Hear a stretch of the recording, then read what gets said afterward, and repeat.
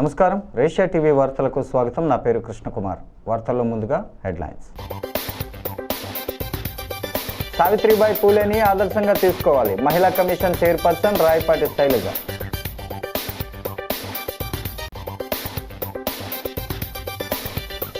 ఘనంగా ప్రారంభమైన ముగ్గుల పోటీలు, విజేతలను అభినందించిన ఎమ్మెల్యే ఆదిరెడ్డి.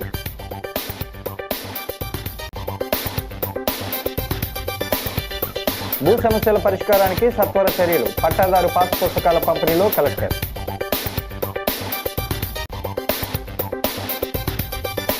రంపచోడవరం జిల్లాకు కారం తమ్మన్న ద్వారా పేరు పెట్టాలి. అయినవరపు సూర్యనారాయణ డిమాండ్.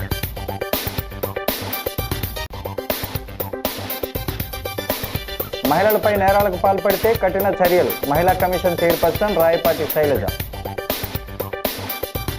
ఇక డీటెయిల్స్ చూస్తే, రాజమహేంద్రవరం ప్రభుత్వ అటానమస్ కళాశాలలోని డాక్టర్ బిఆర్ అంబేద్కర్ సెమినార్ హాల్లో శనివారం మహిళా విద్యావేత్తల సాధికారత, వృత్తి, వ్యక్తిగత సమతుల్యత అనే అంశంపై ఒకరోజు జాతీయ సింపోజియం ఘనంగా జరిగింది.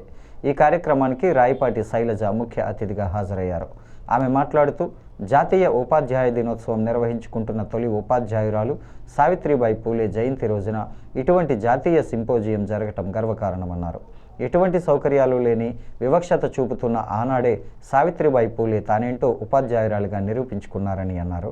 ఆమెను స్ఫూర్తిగా తీసుకొని నేటి తరం ఉపాధ్యాయులు, మహిళా ఉద్యోగులు ముందుకు సాగాలని అన్నారు. రాష్ట్ర మహిళా కమిషన్ ద్వారా మహిళా సాధికారతకు కృషి చేస్తున్నామని, రాష్ట్రంలో సమర్థవంతమైన సీఎం చంద్రబాబు నాయకత్వంలో ముందుకు సాగుతోందన్నారు. విద్యాశాఖ మంత్రి నారా లోకేష్ కూడా విద్యాశాఖలో మంచి సంస్కరణలు అమలు చేస్తున్నారని ప్రశంసించారు. సెమినార్లో ఆర్ట్స్ కళాశాల ప్రిన్సిపల్ రామచంద్ర, ఆర్కే కళాశాల విద్యా academic guidance officer CH Tulasi, Nannayya university principal P Vijaya Nirmala, doctor Radhika, Usha Pujala, women's welfare officer T Sridevi, Lions club ప్రతినిధులు పాల్గొన్నారు.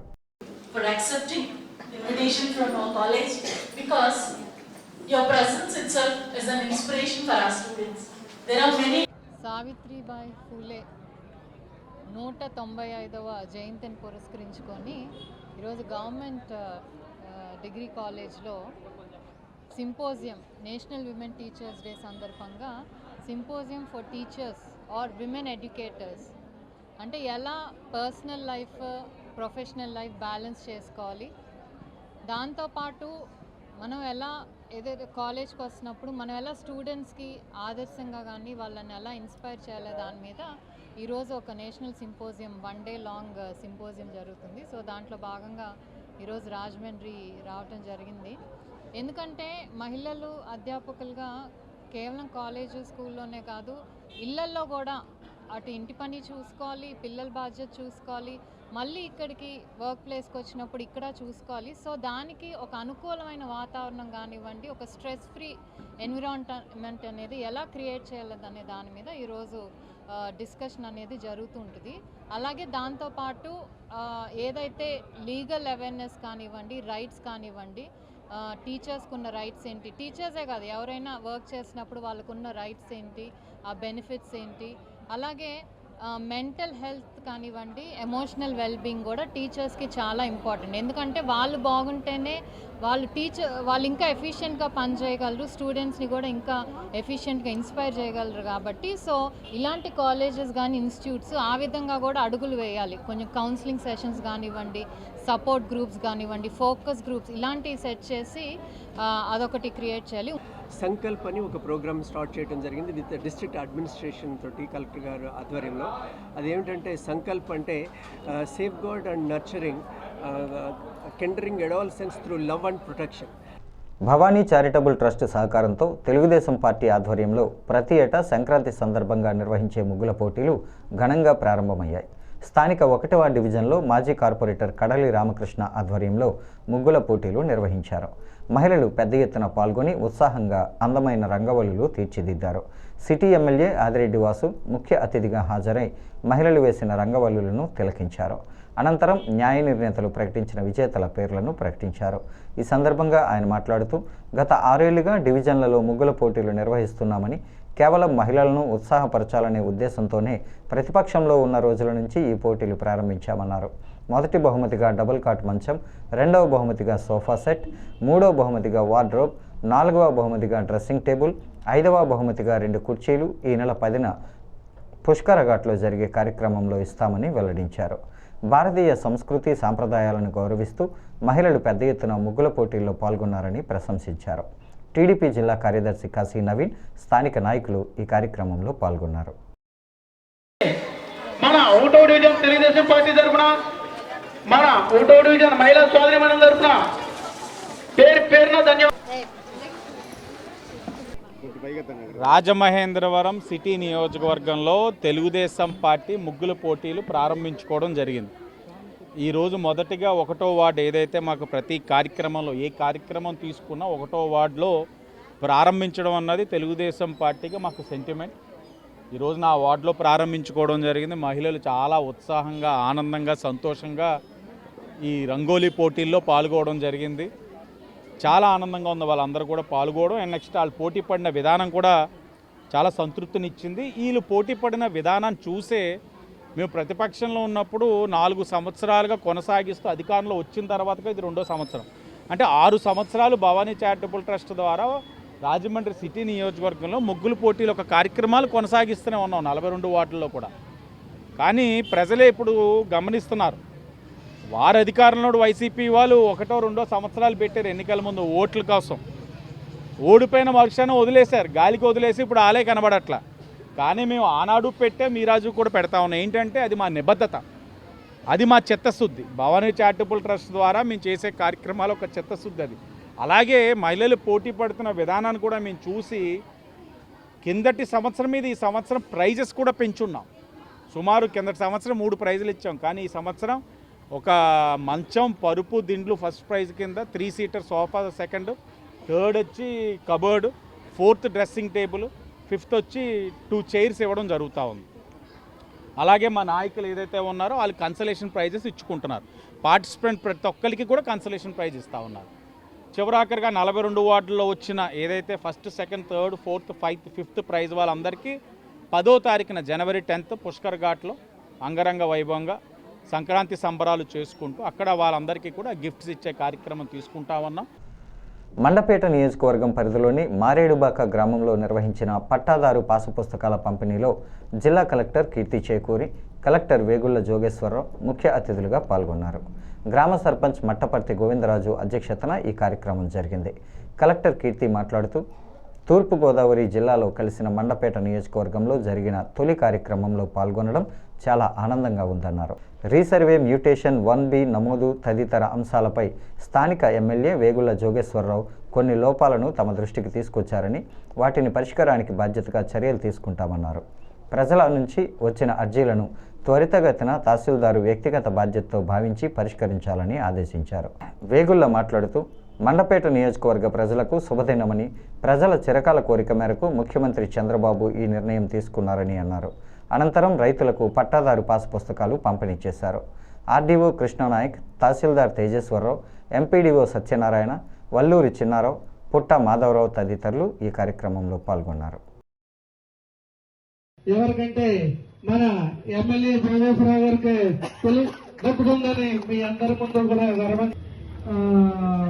ఇప్పుడు ఇక్కడ ఈ కొత్త పాస్బుక్స్ కి సంబంధించి మారేడుబాకలో 353 పాస్బుక్స్ మొత్తం అంటే 39లో మిస్ మ్యాచ్ ఉందని చెప్తున్నారు. మీరు ఏ 39 మిస్ మ్యాచ్ ఉన్నాయో కూడా ఈ సచివాలయంలో డిస్ప్లే చేసేయండి. ఎందుకంటే ఇప్పుడు ప్రతి 300 మంది కూడా మిస్ మ్యాచ్, ఎవరికైతే పాస్బుక్ లేదో అందరూ మిస్ మ్యాచ్ ఉందేమో అని అనుకునే ప్రమాదం ఉంటుంది. సో ఒక 39 మందికి మిస్ మ్యాచ్ ఉంది. ఫోటో సరిగ్గా లేకపోవడం, లేదంటే 1Dలో పేరు సమస్యలు అట్లాంటివి రావడము, లేదంటే మ్యూటేషన్స్, డెత్ వల్ల కొన్ని మిస్ మ్యాచెస్. సో అలా 39 ఉన్నాయి, సుమారుగా 10% ఉన్నాయి. సో ఇవి ఎవరెవరికైతే మిస్ మ్యాచ్ ఉందో ఆ లిస్ట్ కూడా మన సచివాలయంలో డిస్ప్లే చేస్తారు. మిగతా వాళ్ళందరికీ కూడా మీ వీకే మన బయోమెట్రిక్స్ ఇచ్చి పాస్బుక్స్ డిస్ట్రిబ్యూషన్ జరుగుతుంది. ఇదే కాకుండా ఇప్పుడు ఏవైతే రెవెన్యూ సమస్యలు చెప్పారో మన తహసీల్దార్ గారు ఆల్రెడీ ఈ గ్రామానికి సంబంధించి ఇంకొక మెర్రిపాడు భారత రాజ్యాంగ సభ సభ్యులు జైపాల్ సింగ్ ముండా 123వ జయంతి సందర్భంగా ఆదివాసీ మహాసభ న్యాయ సలహాదారు సూర్యనారాయణ ఆధ్వర్యంలో ది రాజమండ్రి ప్రెస్ క్లబ్లో ఆయన చిత్రపటానికి పూలమాలలు వేసి ఘనంగా నివాళులర్పించిన అనంతరం చిత్రపటాలను ఆవిష్కరించారు. ఈ సందర్భంగా అయినాపురపు సూర్యనారాయణ మాట్లాడుతూ జనవరి 3 నుంచి 26వ తేదీ రిపబ్లిక్ డే వరకు ఆదివాసీల హక్కుల ప్రచార కార్యక్రమాన్ని నిర్వహిస్తున్నట్లు వెల్లడించారు. బిర్సా ముండా విద్యావేత్తగా, క్రీడాకారుడిగా, ఉద్యమకారుడిగా, రాజకీయ నాయకుడిగా, భారత రాజ్యాంగ సభ సభ్యుడిగా, ఆదివాసీ మహాసభ వ్యవస్థాపకుడిగా ఎనలేని సేవలందించారని కొనియాడారు. రంపచోడవరం జిల్లాకు తొలి గిరిజన వీరుడు, స్వతంత్ర సమరయోధుడు కారం తమ్మన్న ద్వారా పేరు పెట్టడం సమంజసమని, ఆయన బ్రిటిష్ వారితో పోరాడి తన ప్రాణాలను అర్పించారని అన్నారు. అటువంటి మహావ్యక్తి పేరు పెడితే అందరికీ గౌరవంగా ఉంటుందని, దీనిపై ప్రభుత్వం సముచిత నిర్ణయం తీసుకోకపోతే ఉద్యమాలు చేయడానికి సిద్ధమని ప్రకటించారు. సమావేశంలో అరగంటి నాగిరెడ్డి, కారం శ్రీనివాస్ ద్వారా, మొర్ల నాగమణి, నడుపూడి గాంధీరెడ్డి, అందాల పోసమ్మ, మడకం సంకూరమ్మ, పూనెం బాబురావు, కోరుకొండ అబ్బాయిరెడ్డి, ఆదివాసీ జేఏసీ కన్వీనర్ తెల్లం శేఖర్, జక్కల పాండవులు తదితరులు పాల్గొన్నారు.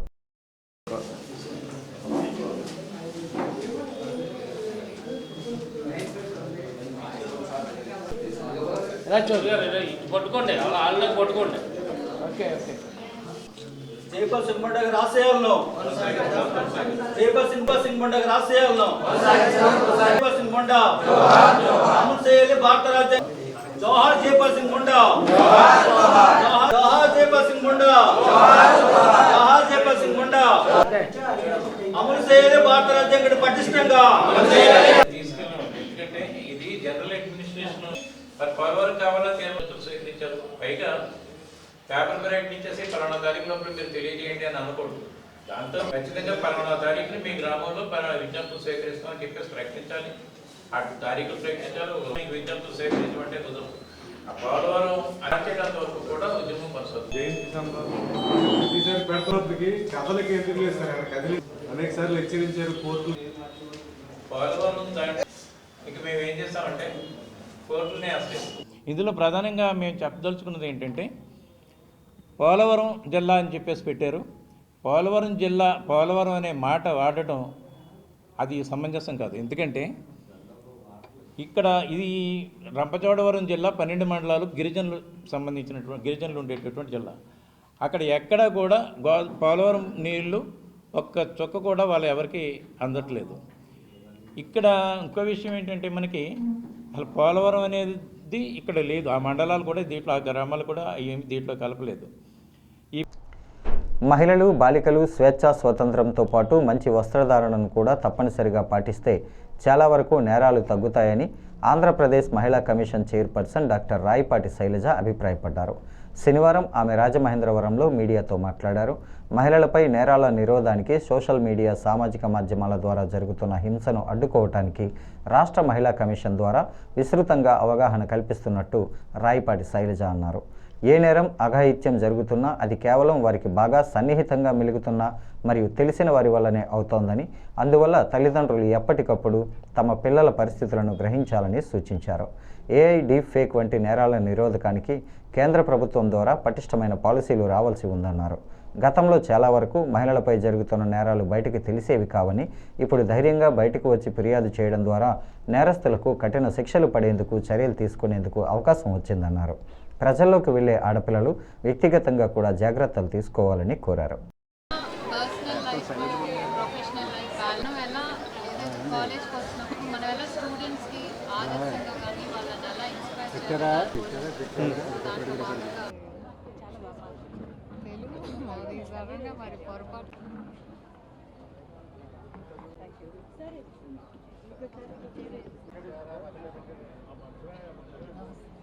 ఓకేనా? Symposium national women teachers day సందర్భంగా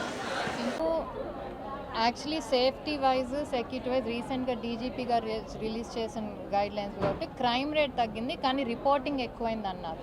ఇప్పుడు చూస్తే మనం మోస్ట్ ఆఫ్ ద క్రైమ్స్ కూడా ఏదేదో రోజు చూస్తూనే ఉన్నాం. చిన్నపిల్లల మీద కానివ్వండి, లేకపోతే మహిళలు కానివ్వండి, ఇవన్నీ జరిగే దాడుల్లో కూడా బయట వాళ్ళ నుంచి ఎక్కడా జరగట్లేదండి. ఇట్స్ ఓన్లీ నోన్, తెలిసిన వాళ్ళ వైపు నుంచే చాలా వరకు, అంటే అది సవతి తండ్రి అవ్వచ్చు, లేకపోతే పక్కింటిలో ఉండే వాళ్ళు కావచ్చు, లేకపోతే చుట్టాలు కావచ్చు, ఏదో వంకతో స్కూల్లో నుంచి ఇవన్నీ కూడా జరుగుతున్నాయి. ఇవన్నీ తెలిసిన వాళ్ళ దగ్గర నుంచి జరుగుతున్నాయి తప్పితే ఇదేంటంటే బయట వాళ్ళని జరిగితే పోలీసులు ఇవన్నీ చేయొచ్చు, ప్రతిదీ కూడా వి కాంట్ కంట్రోల్. కానీ ఇలా ఒక తెలిసిన ఎన్విరాన్మెంట్ జరిగేది ఎలా అంటే మనం ఎడ్యుకేట్ చేసుకోవాలి పిల్లల్ని.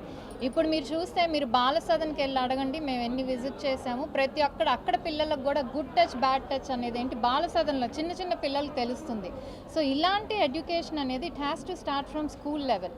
అండ్ దట్టు ఇంకోటి ఏంటంటే కొన్ని ఇన్సిడెంట్స్ ఏదైతే జరుగుతున్నాయో ఆడపిల్లలు కొంచెం అంటే సెల్ఫ్ ఇన్ఫ్లిక్టెడ్, ఈ మీరు ఇందాక అన్నట్టు ఏ ఆయన కాదులేండి, సోషల్ మీడియా ఇన్ఫ్లుయెన్స్ వల్ల ఇన్స్టాగ్రామ్స్లో ఫ్రెండ్షిప్స్ పెంచుకొని వాళ్ళతో ఇంట్లో చెప్తున్నా కూడా. భవానీ చారిటబుల్ ట్రస్ట్ సహకారంతో తెలుగుదేశం పార్టీ ఆధ్వర్యంలో ప్రతి ఏటా సంక్రాంతి సందర్భంగా నిర్వహించే ముగ్గుల పోటీలు ఘనంగా ప్రారంభమయ్యాయి. స్థానిక 9వ డివిజన్లో స్థానిక టీడీపీ నాయకుల ఆధ్వర్యంలో ముగ్గుల పోటీలు నిర్వహించారు. మహిళలు పెద్ద ఎత్తున పాల్గొని ఉత్సాహంగా పాల్గొని అందమైన రంగవల్లులు తీర్చిదిద్దారు. సిటీ ఎమ్మెల్యే ఆదిరెడ్డి వాసు ముఖ్య అతిథిగా హాజరై మహిళలు వేసిన రంగవల్లులను తిలకించారు. అనంతరం న్యాయ నిర్ణేతలు ప్రకటించిన విజేతల పేర్లను ప్రకటించారు. ఈ సందర్భంగా ఆయన మాట్లాడుతూ గత 6 ఏళ్లుగా డివిజన్లలో ముగ్గుల పోటీలు నిర్వహిస్తున్నామని, కేవలం మహిళలను ఉత్సాహపరచాలనే ఉద్దేశంతోనే ప్రతిపక్షంలో ఉన్న రోజుల నుంచి ఈ పోటీలు ప్రారంభించామని అన్నారు.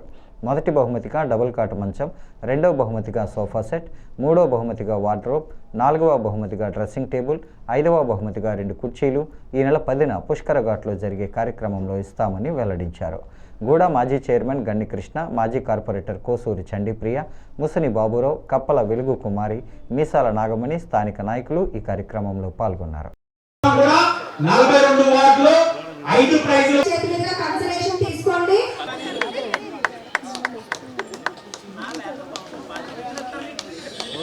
ట్యాంక్ కూడా అతి దగ్గరలో ప్రారంభించుకుంటే బర్మా కాలనీలకి నీటి సమస్య అనేది ఉండదు. ఇవన్నీ కూడా చాలా దూరదృష్టితో చేస్తా ఉన్నాం. అలాగే మీకు ఇచ్చిన కానుకలు చూడండి, 5 కానుకలు. మొదటి ప్రైజ్ మంచం, పరుపు, దిండులు. రెండో ప్రైజ్ 3 సీటర్ సోఫా. మూడో ప్రైజ్ వచ్చేసరికి కబోర్డు. 4వ ప్రైజ్ డ్రెస్సింగ్ టేబుల్. 5వ ప్రైజ్ 2 కుర్చీలు.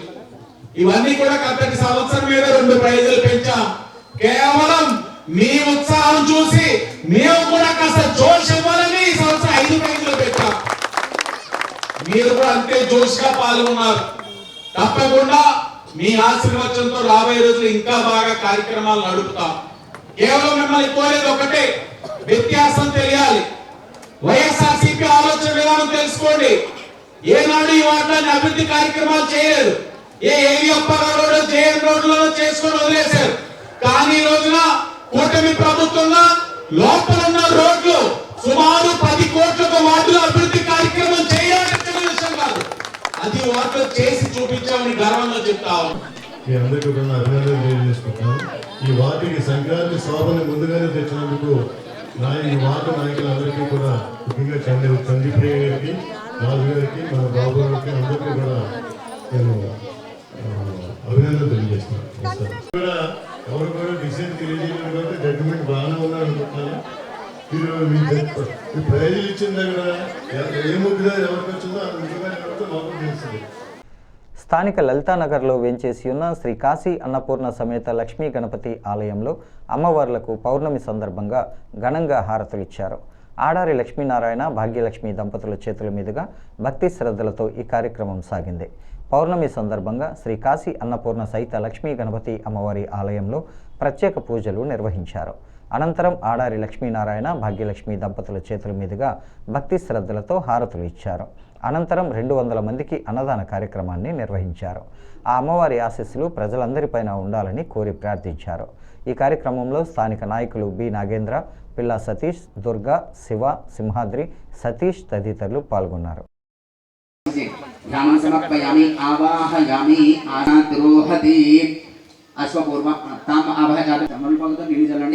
పాదయోహ ఆకార మాత్రం ఫలం దీంతృతాంతపై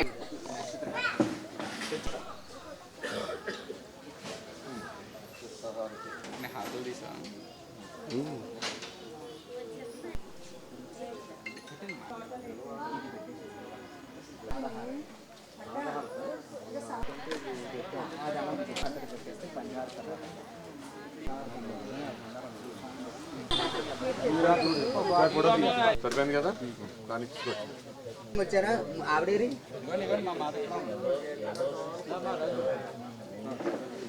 వచ్చేస్తే మీరిద్దరూ కలిపి అలాగ ఒకసారి దీపాన్ని నమస్కారం నాదేనండి ఓం బ్రహ్మ यदीनः नामानि कृत्वा अप्रेमदनिदासेः सुरादित्यादिविचेर्यादरोपटे लक्ष्मीराक्षस्याम गतया मासकं तजां श्रीयस्तदेवलक्ष्मी देवताय नमः आनन्ददर्पोड दिव्यमङ्गलसुन्दर तेजो नीराजनं दर्शयामि गणेश महाराज की गणेश महाराज की हर हर महादेव हर हर महादेव हर हर महादेव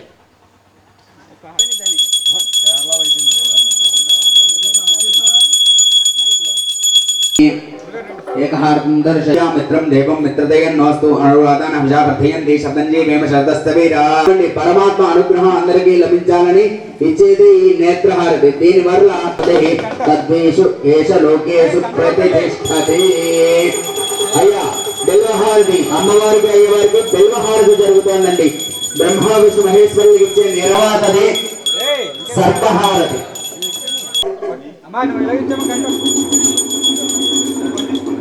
తర్వాతది నాగహారతి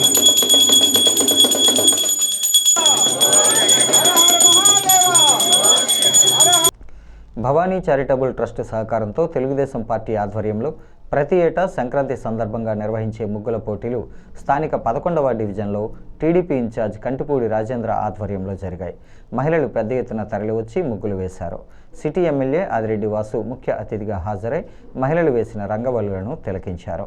అనంతరం న్యాయ నిర్ణేతలు ప్రకటించిన విజేతల పేర్లను ప్రకటించారు. ఈ సందర్భంగా ఆయన మాట్లాడుతూ గత 6 ఏళ్లుగా డివిజన్లలో ముగ్గుల పోటీలు నిర్వహిస్తున్నామని, కేవలం మహిళలను ఉత్సాహపరచాలనే ఉద్దేశంతోనే ప్రతిపక్షంలో ఉన్న రోజుల నుంచి ఈ పోటీలు ప్రారంభించామని అన్నారు. మొదటి బహుమతిగా డబుల్ కాట్ మంచం, రెండవ బహుమతిగా సోఫా సెట్, మూడవ బహుమతిగా వార్డ్రోబ్, నాలుగవ బహుమతిగా డ్రెస్సింగ్ టేబుల్, ఐదవ బహుమతిగా 2 కుర్చీలు ఈ నెల 10వ తేదీన పుష్కరఘాట్లో జరిగే కార్యక్రమంలో ఇస్తామని వెల్లడించారు. భారతీయ సంస్కృతి సాంప్రదాయాలను గౌరవిస్తూ మహిళలు పెద్ద ఎత్తున ముగ్గుల పోటీల్లో పాల్గొన్నారని ప్రశంసించారు.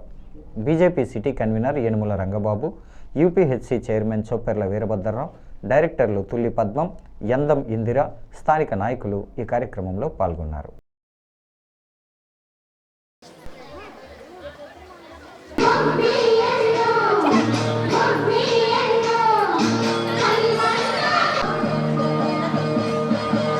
అనుగుణంగా మీరు ఎప్పుడు కూడా ఆశీర్వదించారు. 2019లో నా సతీమణి భవానీ గారు ఇక్కడ పోటీ చేసినప్పుడు 1497 మెజారిటీ ఇవ్వడం జరిగింది ఈ వార్డు నుంచి. 2024 కూటమి అభ్యర్థిగా తెలుగుదేశం, బీజేపీ, జనసేన కలిపి ఎమ్మెల్యే అభ్యర్థిగా పోటీ చేసినప్పుడు 3139 మెజారిటీ ఇచ్చారు. అందుకే ఈ వార్డు పట్ల బాధ్యతగా వ్యవహరిస్తాం. ఆ బాధ్యత ఏ స్థాయిలోనంటే ఇక్కడ శ్యామలాంబ స్కూల్ 8వ తరగతి వరకే ఉంది. ఈరోజు కూటమి ప్రభుత్వం అధికారంలోకి వచ్చింది. 8వ తరగతి వరకు ఉన్న స్కూల్ని 10వ తరగతి వరకు తీసుకొచ్చాం, గర్వంగా చెప్తా ఉన్నాం. 10వ తరగతి వరకు స్కూల్ తీసుకురావడమే కాదు, ఆ స్కూల్కి కావాల్సిన మౌలిక వసతులు, ఆ బిల్డింగ్ కూడా నిర్మించే బాధ్యత మేమందరం తీసుకుంటున్నామని కూడా ఈ సందర్భంగా తెలియజేస్తా ఉన్నాం. ఈ వార్డులో కూటమి అధికారంలోకి వచ్చిన తర్వాత సుమారు 40 లక్షలతో అభివృద్ధి కార్యక్రమాలు చేసుకున్నాం. ఇంకా 1,10,00,000తోటి మల్లీనగర్లో కానీ ఇంకా కొన్ని అనేకమైన ప్రాంతాల్లో కూడా అతి దగ్గరలో ప్రారంభించుకోబోతా ఉన్నాం. అది కాకుండా మరొక 10 కోట్లతో కూడా ఎస్టిమేట్స్ పెట్టుకున్నాం. పుష్కరాల్లో మొత్తం రోడ్లు, ట్రైన్లు అన్ని కూడా పూర్తి చేస్తామని కూడా మీ అందరికీ హామీ ఇస్తా ఉన్నాం. శ్రీకృష్ణుడు ఎక్కడ ఉంటే అక్కడ విజయం తథ్యమని సమన్వయ సరస్వతి బ్రహ్మశ్రీ సామవేదం షణ్ముఖ శర్మ అన్నారు. ధర్మం ఒక్కటే సరిపోదని, ధర్మం గెలవాలంటే అక్కడ శ్రీకృష్ణుడు ఉండాల్సిందేనని మహాభారత ప్రవచన యజ్ఞంలో సామవేదం వివరించారు. స్థానిక టీనగర్ హిందూ సమాజంలో ఋషిపీఠం చారిటబుల్ ట్రస్ట్ ఆధ్వర్యంలో బ్రహ్మశ్రీ సామవేదం షణ్ముఖ శర్మ నిర్వహిస్తున్న 60 రోజుల సంపూర్ణ మహాభారత ప్రవచన యజ్ఞం 37వ రోజు కొనసాగింది. కురుక్షేత్ర సంగ్రామానికి ఇరువైపులా సేనలు మోహరించాయని, రథం ఎక్కే ముందు అర్జునుడు దుర్గాస్తుతి చేశాడని అన్నారు. కౌరవులకు 11 అక్షౌహిణుల సైన్యం, పాండవులకు 7 అక్షౌహిణుల సైన్యం ఉండటంతో ధర్మరాజు కౌరవుల సైన్యం చూసి మనం విజయం సాధించగలమా అనే సందేహం వ్యక్తం చేశాడన్నారు. నారద మహర్షి చెప్పిన మాటలు అర్జునుడు గుర్తుకు తెచ్చుకుంటే కృష్ణుడు ఎక్కడ ఉంటే అక్కడ విజయం అని తెలుస్తుందని చెబుతాడు. ధర్మం ఒక్కటే సరిపోదని, ధర్మం గెలవాలంటే కృష్ణుడు కూడా ఉండాలని సామవేదం వివరించారు. రవితేజ